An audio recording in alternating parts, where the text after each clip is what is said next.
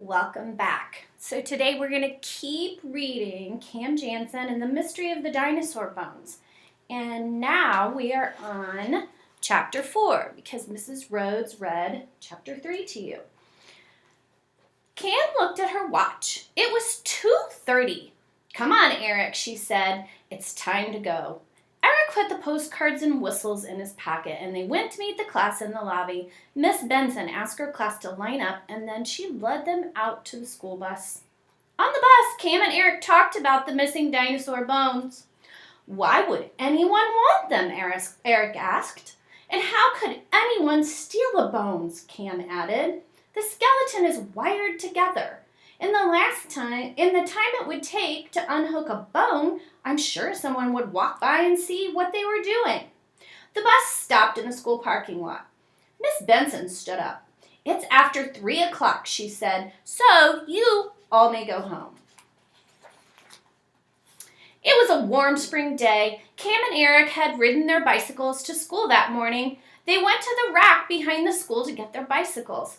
As Cam unlocked her bicycle, she said, "The bones can't be taken when the museum is open. There are too many people around then. Too many guards. It must be done after the museum closes. Let's go back there. Maybe we can find out what's going on."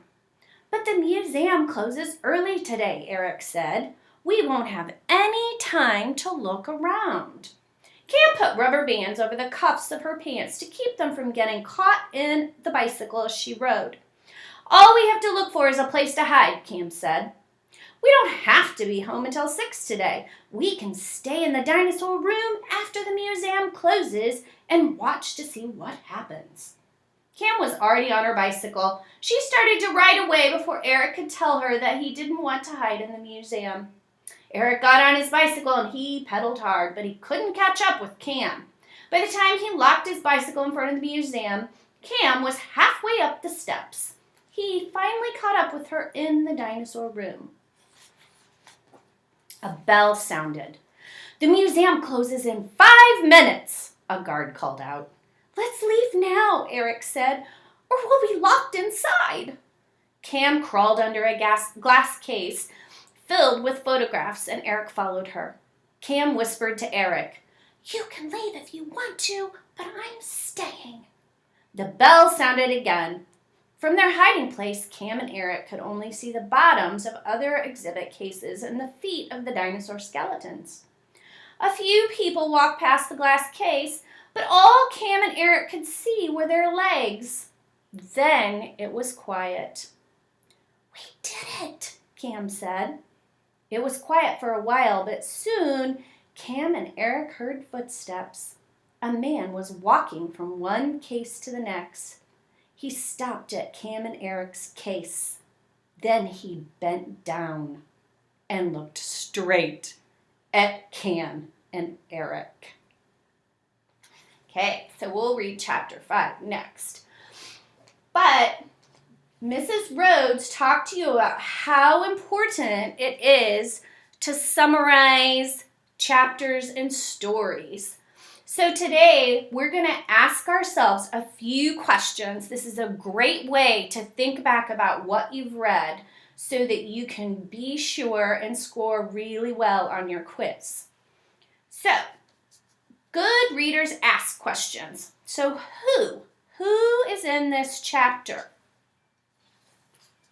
We have Cam, Eric, Miss Benson, and a man. Remember the man that bent down and looked at them under the case. So what? What was happening? What were they wanting to do? They go back to the museum to figure out what happened to the bones.